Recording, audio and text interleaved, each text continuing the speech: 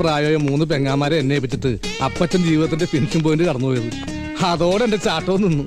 പിന്നെ ഈ അടുത്ത കാലത്ത് എനിക്ക് മനസ്സിലായത് എന്റെ പെങ്ങാമാരെ എന്നേക്കാൾ വലിയ ചാട്ടക്കാരാണെന്ന്. അവര് ഓരോരുത്തന്മാരോട് ചാടിപ്പോയി. എന്നിട്ട് എന്താ ഇപ്പോ അവര് സ്റ്റാർട്ടിംഗ് പോയിന്റ് തന്നെ തിരിച്ചു വന്ന്.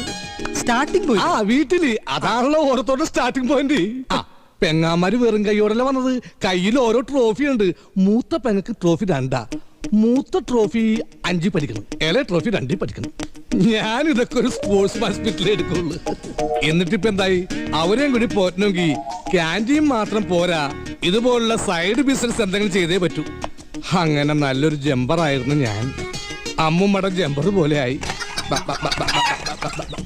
അല്ല ലാലി, ആവശ്യത്തിന് മുട്ട പുറത്തുനിന്ന് കിട്ടണ്ടല്ലോ, പിന്നെ നീ കോഴികൾ വളർത്തുന്നു.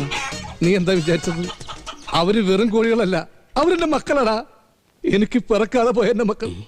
ഞാൻ എന്റെ വിഷമങ്ങൾ അവരോട് പറയും. അവർക്ക്